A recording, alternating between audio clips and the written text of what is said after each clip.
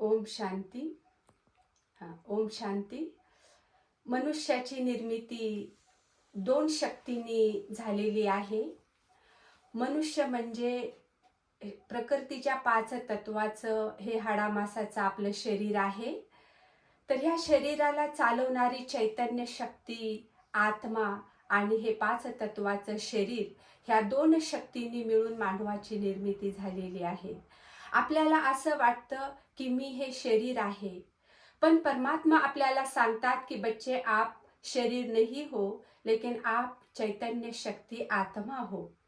तर आत्मा काय आहे? तर परमात्मा सांगतात की मन, बुद्धी आणि संस्कार सहित चैतन्य अति सूक्ष्म, अभौतिक, अव्यक्त, निराकार ज्योती स्वरूप आत्मा आहे.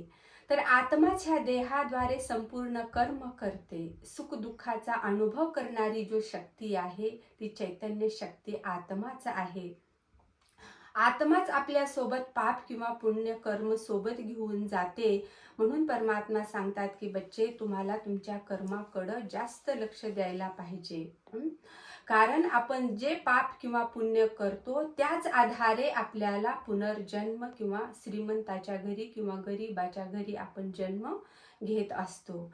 म्हणून सदैव आपल्याला हे लक्षात ठेवायला पाहिजे की मी ह्या देहाला चालवणारी एक ज्योतिर्बिंदू स्वरूप पवित्र शक्ती आहे आणि ही शक्ती दिवसभर कार्य करत असते.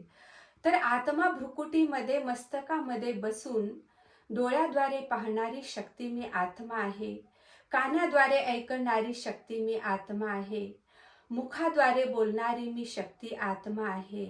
ह्या मुखाला माहित नाही की कोणते शब्द बोलायचे, लेकिन जे ठरवणारी शक्ती आहे, विचार करणारी शक्ती आहे, जे फीलिंग करणारी शक्ती आहे, ती शक्ती माना मी चैतन्य शक्ती आत्मा.